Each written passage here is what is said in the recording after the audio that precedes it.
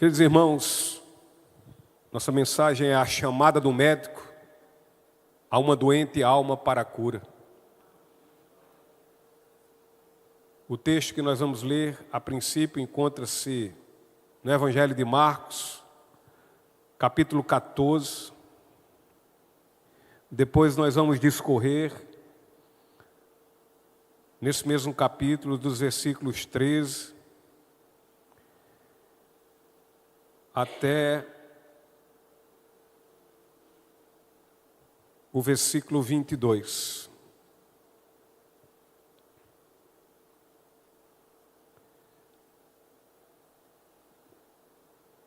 E o texto no Evangelho de Marcos diz assim: enquanto caminhava por ali, viu Levi, filho de Alfeu, sentado no lugar onde se coletavam os impostos. Siga-me, disse-lhe Jesus, e Levi se levantou e o seguiu. Quem estava aqui domingo, nós falamos sobre o novo nascimento, e aqui nós vamos replicar algumas coisas que foram ditas domingo. Entre outras, mas vamos ouvir algumas coisas que nós ouvimos domingo também. Quando domingo nós falávamos sobre aquela passagem no capítulo 3 de João, quando o Senhor tem um encontro com Nicodemos, onde ele vai falar ali sobre a questão do novo nascimento. Mas enfim, irmãos, diante dos muitos encontros de Jesus que são relatados nos evangelhos, não nos deixa qualquer dúvida que Jesus ele sempre tendia a relacionar-se com pessoas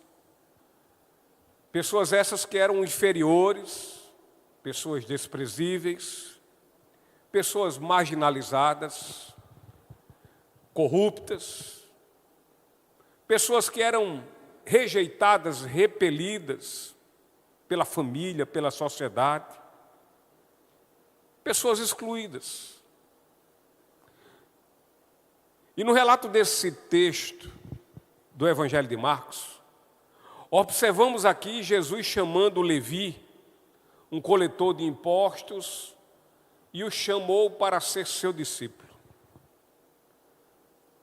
Não há evidências claras quanto à integridade moral de Levi, contudo, somente o fato de Levi trabalhar para Herodes Antipas e, consequentemente, também trabalhar para o Império Romano,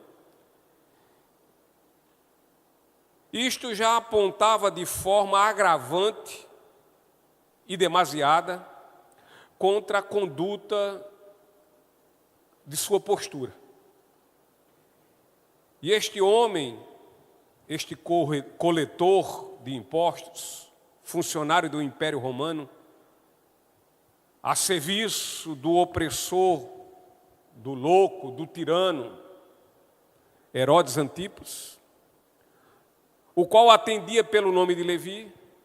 Queridos, era o mesmo homem chamado de Mateus, do primeiro dos 4 evangelhos. Este homem, ele tornou-se apóstolo, tornou-se evangelista de Jesus, e sobre esta história narrada através deste evangelho, podemos aqui compreender 3 grandes verdades. E a primeira verdade é quanto ao chamado de Jesus, quanto a ser um chamado infalível. O versículo 13 e 14 diz assim: em seguida Jesus saiu outra vez para a beira do mar e ensinou as multidões que vinham até ele. Enquanto caminhava por ali, viu Levi, filho de Alfeu, sentado no lugar onde se coletavam os impostos. Siga-me, disse-lhe Jesus, e Levi se levantou e o seguiu.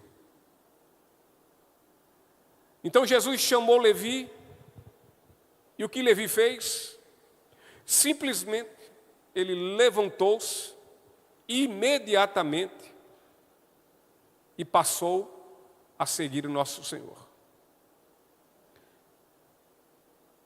Podemos ver no texto que Levi não ficou se demorando em atender aquele chamado. Levi não ficou remanchando. Levi não ficou dizendo, quem sabe amanhã. Ele não deixou para depois. Ele também não argumentou qualquer coisa. Levi, ele somente levantou-se e passou a seguir Jesus. Queridos, Levi, ele sabia que ao seguir a Jesus, ele seria demitido de sua função imediatamente. Ele sabia que o Império Romano nunca mais lhe daria seu emprego de volta. Entretanto, isso não foi suficiente para que o impedisse de dizer sim ao chamado de Jesus. Ao contrário que a gente tem visto na vida de muitas pessoas, que um dia se levantaram até da sua cadeira para seguir a Jesus Cristo, mas um trabalho ou outra coisa os impediu ao ponto de deixar de seguir Jesus, de abandonar a sua caminhada com Jesus. Mas Levi não olhou para o que ele iria deixar para trás. Levi olhou o que lhe estava à frente, lhe chamando, quando disse, siga-me. O emprego de Levi, sua renda, ficou abaixo do seu desejo e vontade de seguir a nosso Senhor. Lucas, no capítulo 5, versículo 28, diz lá que Levi se levantou, deixou tudo e o seguiu. Deixou tudo.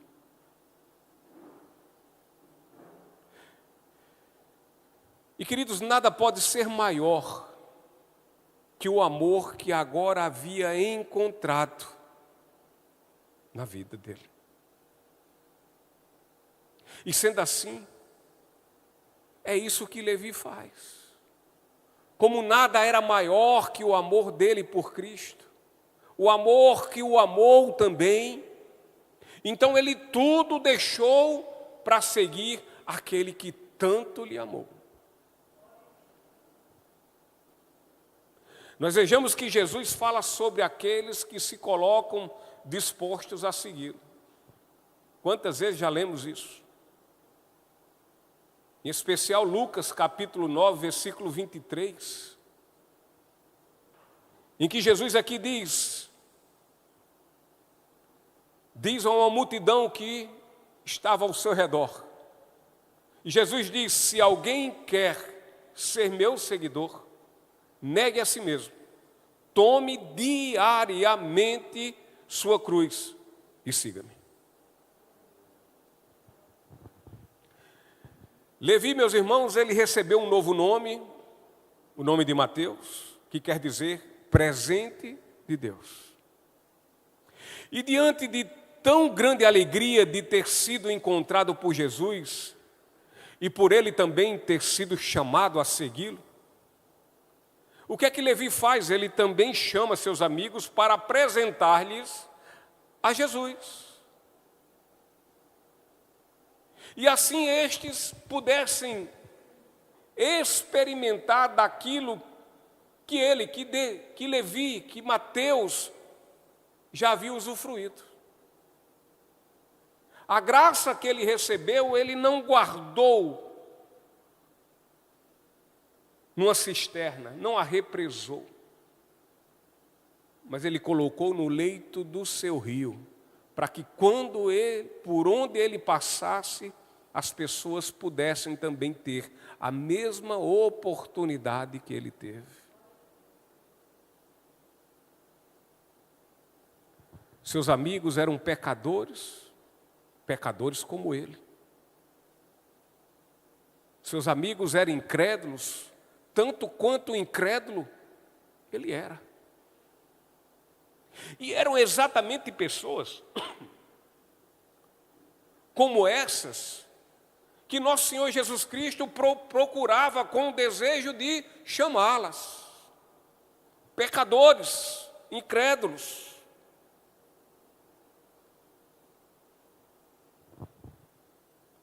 Sem uma chamada como a que Jesus fez a Levi,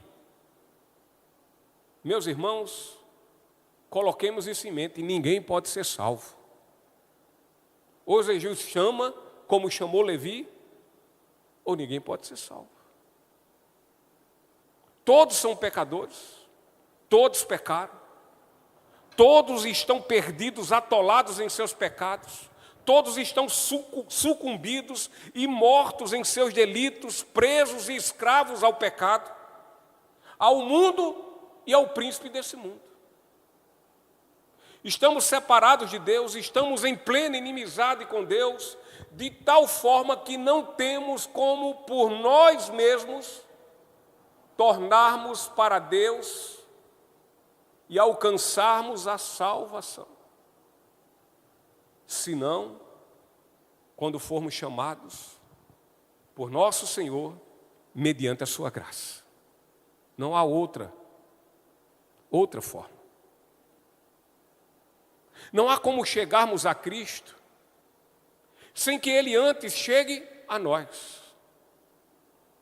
Não há como falarmos com Deus sem antes o Seu Espírito falar a nós. A chamada de Jesus, queridos, é uma chamada infalível. É uma chamada por meio do Seu soberano poder. E essa chamada atinge a quem Ele fala, a quem Ele chama, com eficácia e positivamente ao seu propósito.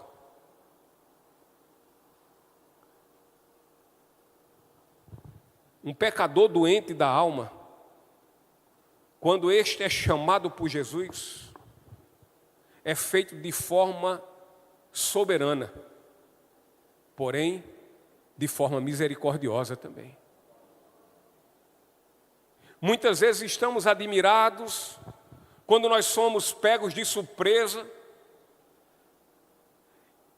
e então temos a notícia de um pecador que aos nossos olhos e ao entendimento humano e racional, esse pecador é totalmente improvável de cumprir os desejos e vontades de Deus, rendendo-se ao seu chamado.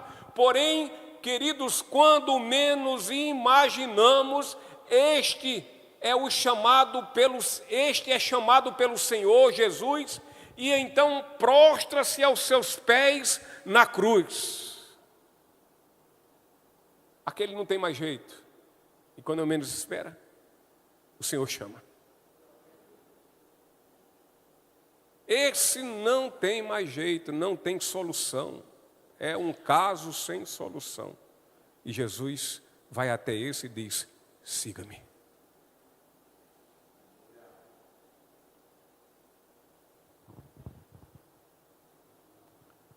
Pecadores como estes são chamados tendo seus corações quebrantados.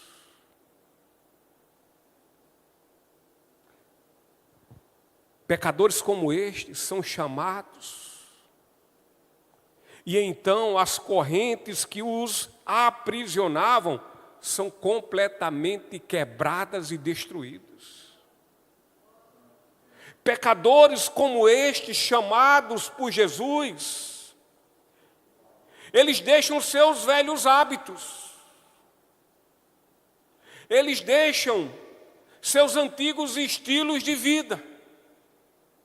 E sendo assim, transformados agora em novas criaturas. A chamada de Jesus a um pecador é eficaz. Você já pegou um imã? Acho que todos nós. E aproximou ele de um metal? Como é que faz? Ele puxa.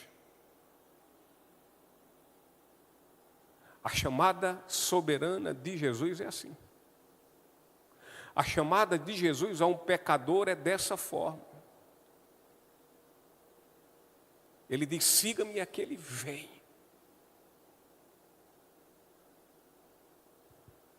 Não tem essa história, eu vou pensar, não. Vem.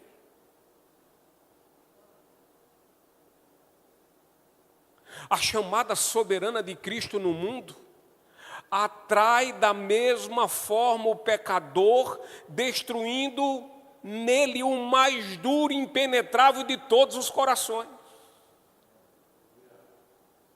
Ah, fulano tem um coração duro. Se ele chegar e disser, siga-me, não tem coração duro.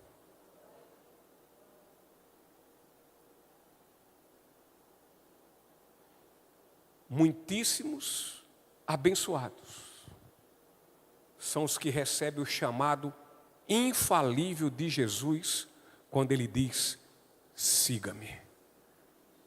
Louvado seja o nome do Senhor.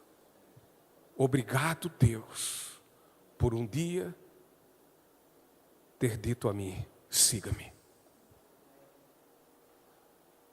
Muitas vezes ficamos incrédulos quanto à salvação daqueles que demonstram desinteresse, aqueles que são indiferentes, são irreverentes, aqueles que desprezam a Cristo, inclusive. Mas nós não devemos agir assim.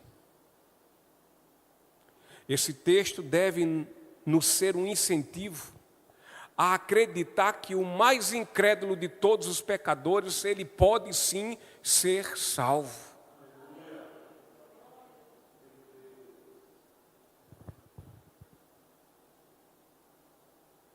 Jesus fez inúmeros milagres.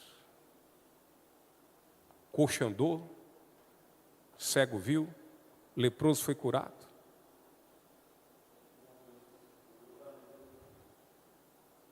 Mortos ressuscitaram, Lázaro ressuscitou entre eles. Mas deixa eu dizer uma coisa. O maior milagre que Jesus fez, na Bíblia, foi quando ele disse a inúmeros pecadores, siga-me. E estes prontamente seguiram, com suas mentes transformadas, como novas criaturas, como nascidos de novo. Esse é o maior milagre. Eu posso ser curado da lepra. Eu posso ser curado da cegueira. Eu posso ser curado da minha paralisia. Mas se eu não for curado da alma, se Jesus nos disser, siga-me, eu vou andando agora, não mais como um paralítico, mas vou andando para o inferno.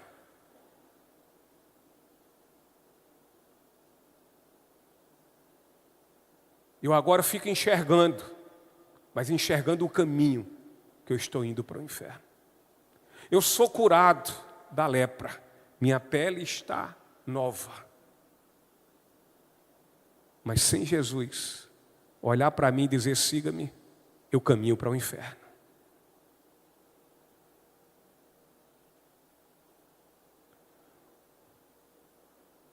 Jesus fez esses milagres na Bíblia. Esses que eu citei, Levi, samaritana, a mulher samaritana. Como falei domingo, o gadareno, o apóstolo Paulo. Grandes milagres foram feitos por Jesus em seu ministério terreno. E deixa eu lhe dizer uma notícia boa. Os milagres não cessaram. Jesus continua a fazer seu milagre, dizendo: siga-me.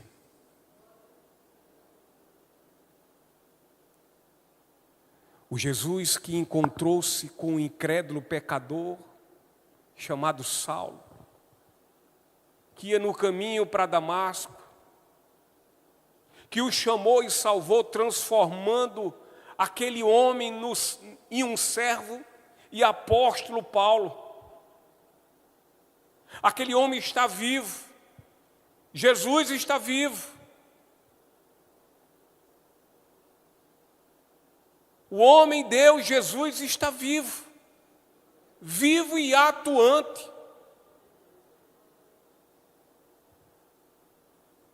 O mundo diz que o dinheiro é a sua mola mestre. O mundo diz que ele é o poder que rege o sistema. Contudo, a voz poderosa de Cristo, essa voz que brada, que grita nos ouvidos dos pecadores, ela é infinitamente mais poderosa, pois brada aos seus ouvidos e desce aos seus corações, corações que outrora eram de bronze endurecidos, derretendo-os como uma chama de fogo, como se fosse num bloco de cera. Portanto, não desanimemos com esses muitos pecadores que encontram-se assentados na porta da coletoria. Pois a mesma voz que chamou Levi para segui-lo, com toda certeza poderá alcançar corações que nunca imaginaremos serem quebrantados. Creia e continue orando por essas muitas almas, pois haveremos de vê-las, cada uma delas, tomando sua própria cruz e seguindo a Jesus. Ore e acredite, pois não há pecador tão mau que não possa ser chamado por Jesus.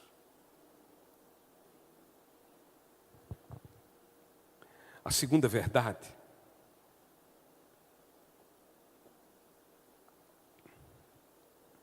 é que só Jesus é poderoso para curar uma alma enfermada pelo pecado.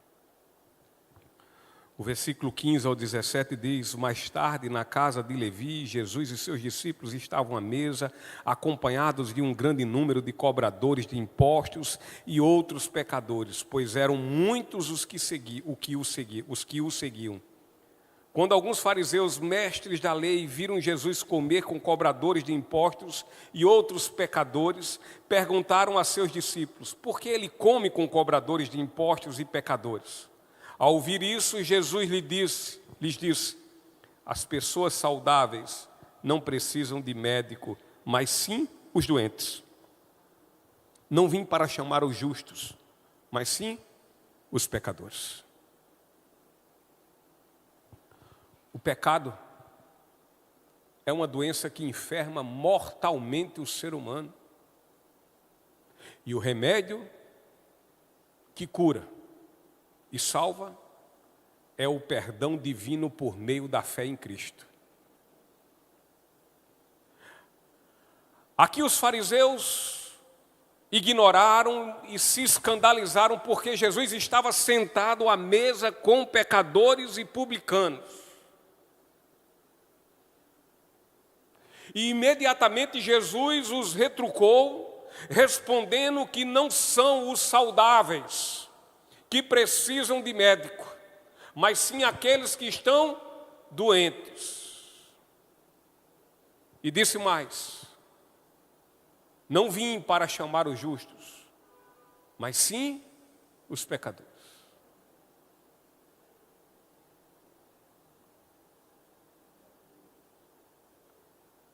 Às vezes nós vemos pessoas, na nossa relação ou não, que quando veem nos colocando à disposição de seguirmos a determinados locais, Há presídios, por exemplo. Como estava aqui a irmã Cida, que veio acompanhada da irmã Valquíria. E ela disse, eu faço um trabalho nos presídios. Estou um pouco parada por conta da saúde. Às vezes as pessoas entendem, o que é que esse povo vai fazer num antro de marginais? Agora, o pior de tudo isso é vermos pessoas que fazem parte da religião e da fé cristã, evangélica, ter esse tipo de pensamento. Nem vão, e ainda por cima quem vai, ficam falando, isso é uns bestas. Ficar da capimenta marginal.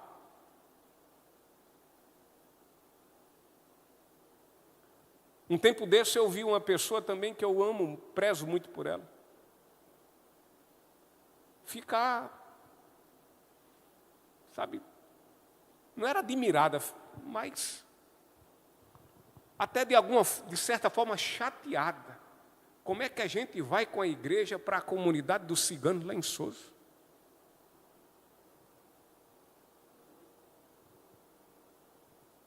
Fazer o que lá?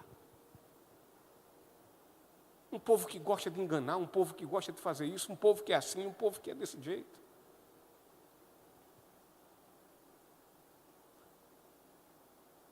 Mas Jesus não mandou a gente pregar a justos. Jesus mandou a gente pregar a pecadores. Jesus não mandou a gente ir aos que estão são, mas aqueles que estão doentes, enfermados da alma.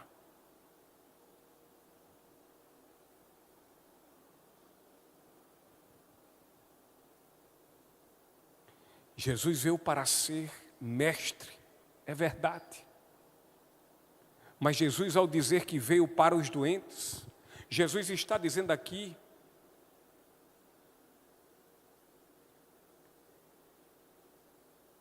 que Ele é o médico.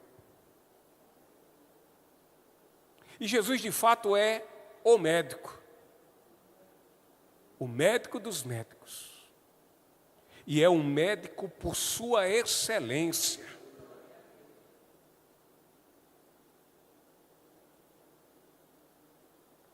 Porque Ele vem até nossas carentes e enfermadas vidas e nos dá de forma convincente o diagnóstico da nossa doença.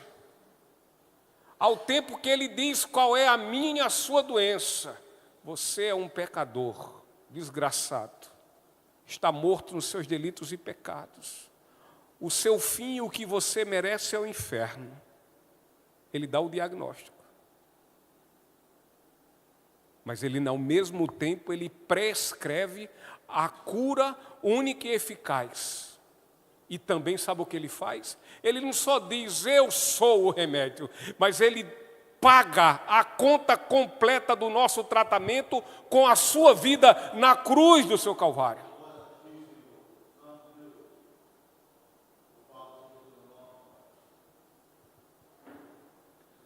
Não é por nada que ele disse, eu vim para que vocês tenham vida.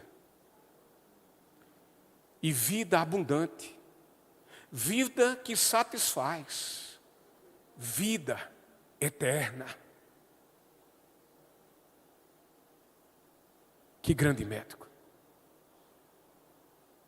Os amigos que Levi levou para conhecer Jesus eram doentes como ele era antes de receber o chamado do Senhor.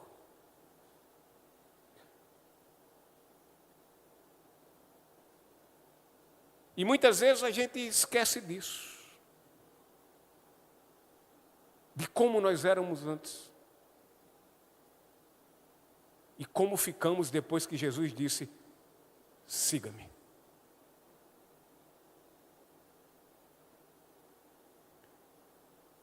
Os amigos de Levi eram pacientes carentes que precisavam urgentemente serem tratados por Jesus. E é por isso que ele pega e leva para a casa do Senhor. No Evangelho de Lucas, ele diz que faz um banquete para honrar o Senhor e o Salvador da sua vida. E sabe como é que ele honra o Senhor e o Salvador da sua vida?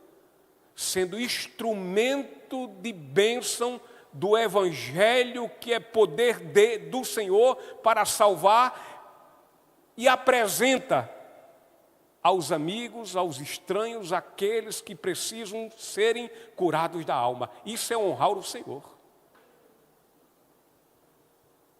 Não é se abster de fazer a obra, o ide de Deus. Fazer parte da comissão que o Senhor levantou para que a gente vá a todos os lugares e proclamemos o Evangelho do Senhor, aonde quer que estejamos. Isso é honrar a Deus. A pergunta é, nós estamos fazendo isso? Nós fazemos isso no nosso trabalho, nós fazemos isso na nossa faculdade, nós fazemos isso na rua, dentro do Uber, na praia.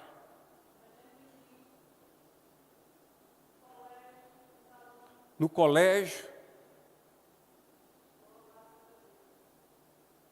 Estamos fazendo isso.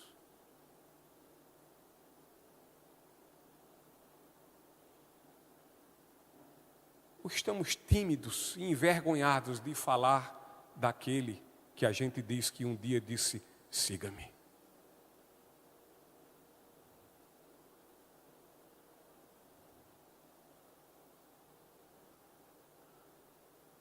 Porém, existem 3 tipos de pacientes que estes não podem receber a cura do pecado. Pecado esse que os fadam à morte eterna. E estes são, em primeiro, são aqueles pacientes, aqueles doentes, que em hipótese alguma conhecem a Jesus. O segundo, são os pacientes, são os doentes, que até conhecem sobre Jesus, sabem sobre Ele, mas recusam-se crer nele como única esperança de cura. Esses não podem ser curados.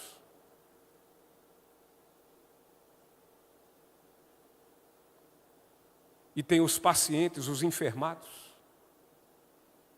que o conhecem, que acreditam que ele é o Filho de Deus.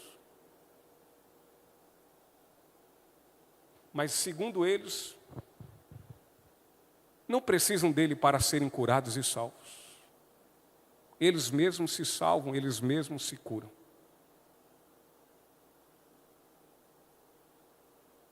Os fariseus e muitos seres humanos atuais estão inseridos neste terceiro paciente. Sentem-se melhor do que qualquer outro ser humano e capazes de por si só serem curados. Se um ser humano não reconhecer seu pecado, queridos, jamais esse poderá ser salvo. E sabe por quê? Porque Jesus veio para doentes e não para os sadios. Ele veio para os pecadores e não para os justos.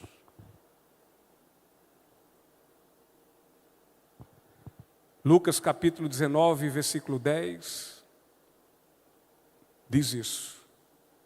Porque o Filho do Homem veio buscar e salvar os perdidos. Isso está no finzinho do momento dele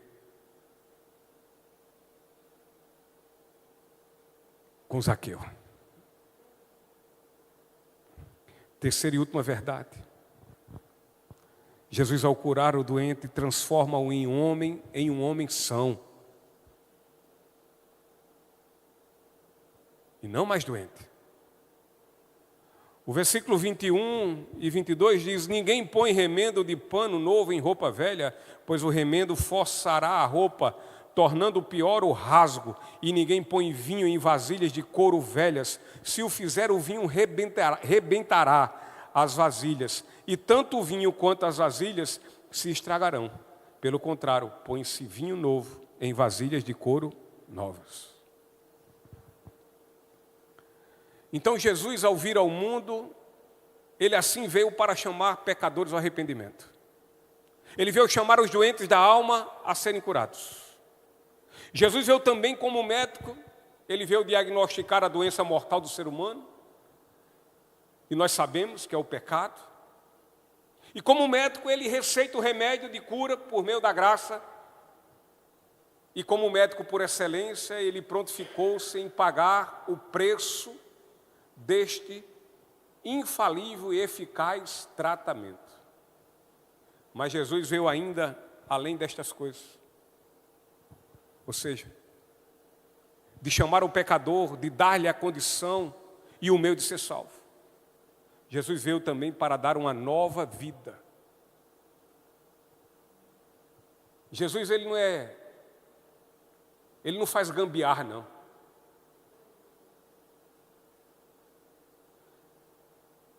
Ele veio para dar uma nova vida, ele não veio para dar um paliativo na vida de alguém.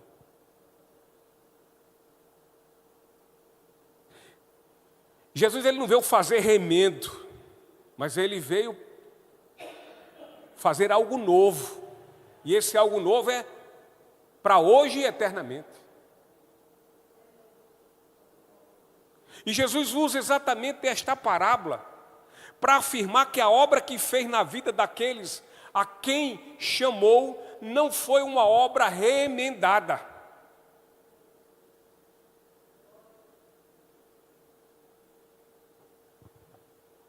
Mas Jesus quer dizer aqui que na vida daqueles a quem ele chamou foi colocado algo novo. Mas esse algo novo foi colocado também numa vida nova e não na vida velha.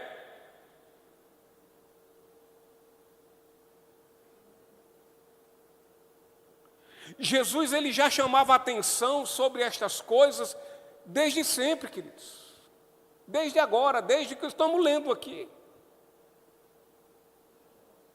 No entanto, estes erros continuam a serem praticados nas igrejas. Quando os rituais e cerimônias criados e implementados pelos homens passam a ter um valor superior ao valor da pregação do Evangelho. O evento é mais importante que o Evangelho. A estratégia é mais importante do que o Evangelho. A forma do culto é mais importante do que a pregação do Evangelho.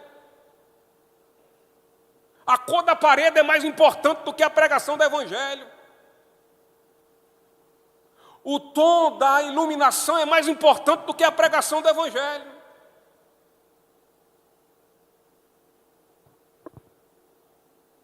O fundo musical é mais importante do que a pregação do Evangelho.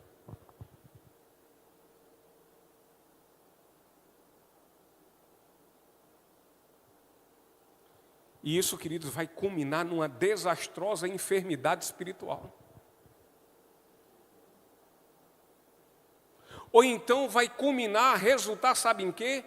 Em pseudos cristãos, falsos cristãos. Falsos cristãos que jamais, na verdade, foram chamados por Jesus a segui-lo e, ao fim, o que é que acontece? Estes se afastam do Evangelho.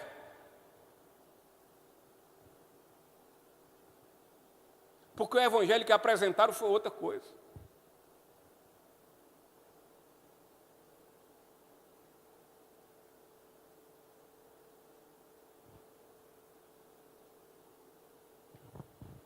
Porque o Evangelho foi a barra de chocolate, foi o picolé, foi o pirulito.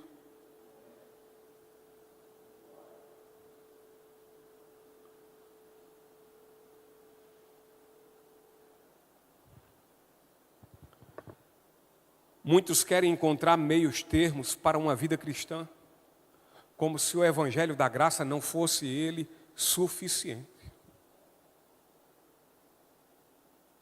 Os fariseus, nesse texto, queriam como que pregar o melhor do judaísmo farisaico ao que de melhor Jesus Cristo tinha a oferecer. Remendar com pano novo em vestes velhas, ou pôr vinho em odres novos, tem causado muitos males. Nas igrejas da Galácia foi justamente o que sucedeu, pois havia homens que queriam conciliar o judaísmo com o cristianismo.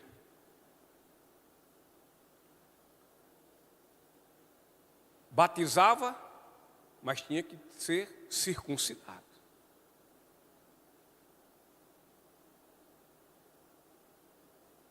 Esforçavam-se para manter vivas as leis referentes às cerimônias e às ordenanças.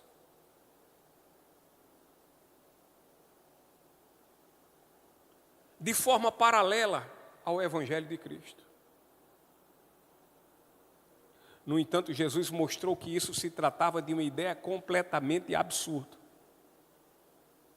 Pois seria como cortar um pano novo para remendar um pano velho. E o que é que acontece? É que este, ao ser lavado, o pano novo ele encolhe. E então o pano velho, ele não resiste. Ele vai ser puxado.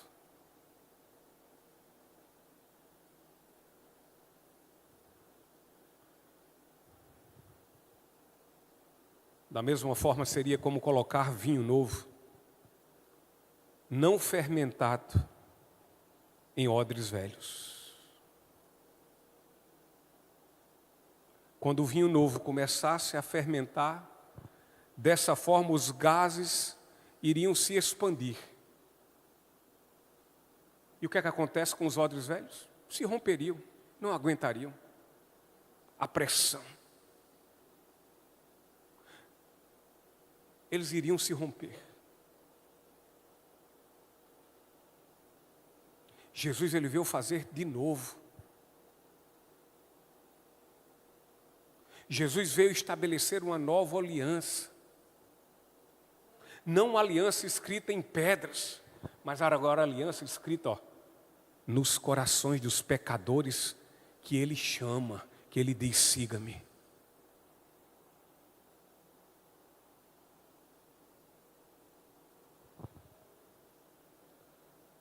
Não existem várias fés salvadoras. Só existe uma graça. Não existe outra forma que um ser humano possa ser salvo, senão por meio do nome de Jesus.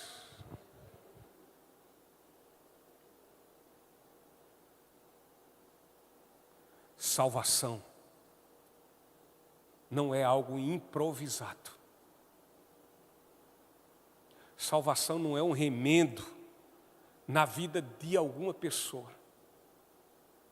mas é uma nova vestimenta, completa de justificação por meio da fé em Jesus Cristo. Querem fazer o Evangelho mais aceitável? Um Evangelho misturado com psicologia? Um Evangelho misturado com filosofias platônicas? Essas completamente cheias de muita dramaturgia, de romantismo e emocionalismo. E o fim de todas essas coisas, sabe o que é? Ao final, apostasia.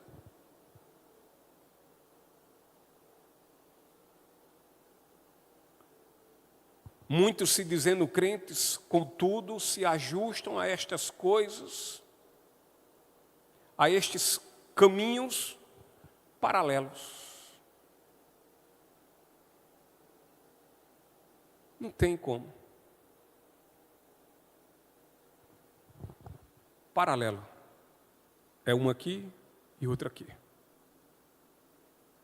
Você consegue uni-los, alinhá-los, juntá-los? Não. E é por isso que o Senhor Jesus Cristo diz: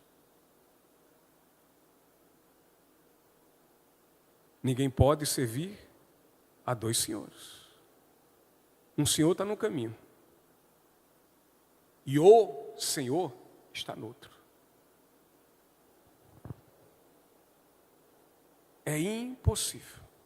Ou serve a Cristo, ou serve ao mundo. Ministério de Louvor.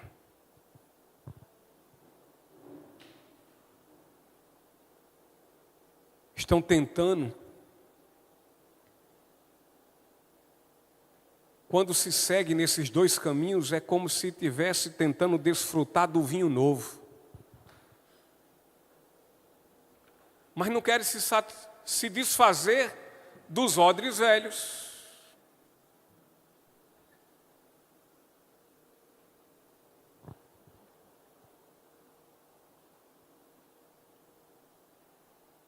Querem o vinho novo, mas não querem uma vida nova. Querem um vinho novo, mas não querem uma mudança de vida. Querem dizer: eu aceito Espírito Santo de Deus, habita em mim, mas no velho corpo, na velha criatura, é impossível.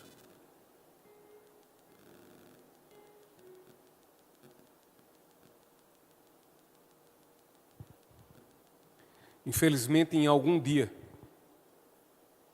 irão descobrir que o que estão fazendo, andando por dois caminhos, querendo desfrutar do vinho novo, com os odres velhos, vão descobrir que é algo impossível. Mas sabe qual é o problema? O pior de todos é que quando forem dar conta disso, já vai ser mais tarde do que nunca. Aí já foi. Como eu citei ontem, uma frase do pastor John Charles Wright. Aqueles que nunca nasceram de novo, haverá o dia, artigo definido, o dia, em que desejarão nunca terem nascidos.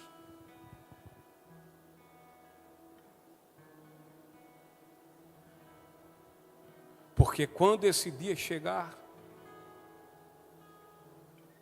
quem nasceu de novo, amém. Quem não nasceu,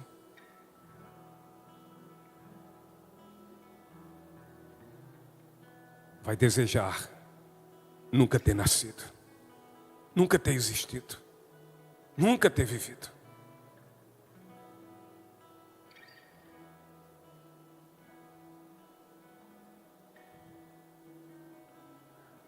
A outra questão aqui, quando a gente se fala do vinho novo, aqueles que são tomadores de vinho, apreciadores de vinho, tem um nomezinho agora que eu esqueço. Quando ele tomar do vinho novo e depois aparecer o vinho velho, se esse nunca nasceu de novo, ele vai querer apreciar o vinho velho. E esse vinho velho é o quê? A sua conduta, a sua vida antiga. Antiga não, porque nunca apareceu uma nova. Então ele vai rejeitar o vinho novo. Porque ou nasce de novo, ou não consegue ter em si. Nunca vai poder ter em si o Espírito Santo de Deus. porque ele nunca a este se apresentou. E ao seu encontro foi. O odre velho, ele não aguenta o vinho novo. O vinho novo haverá um momento que ele expande por conta do seu fermento, como falamos. Assim é na vida de um não nascido. Ele recebe o Espírito Santo de Deus. Não tem como. Porque o Espírito Santo de Deus muda vidas. E quem nunca foi nascido de novo, ele não quer mudança de vida. Ele pode até querer um Cristo, mas o Cristo do seu jeito. Ele pode querer até ser salvo, mas a salvação vai depender dele. Salvação depende de como eu queira fazê-la. Ele pode até ter a pretensão de uma vida nova, mas a vida nova segundo os seus preceitos e não do que o Espírito Santo de Deus fala a quem é nascido de novo. Mas o nascido de novo quer viver essa vida em luta, em guerra, em batalha, mas ele a vive. Ele luta por isso. Ele chora por isso. Ele clama ao Senhor misericórdia. Ele clama ao Senhor a sua graça e a sua força. Que possamos meditar em nossas vidas. O quanto nós éramos adoecidos, enfermados. Mas um dia o médico, Jesus, ele olhou para mim e para você e disse: siga-me. Perdoado estão todos os seus pecados. Vamos ficar em pé e vamos louvar ao Senhor nosso Deus.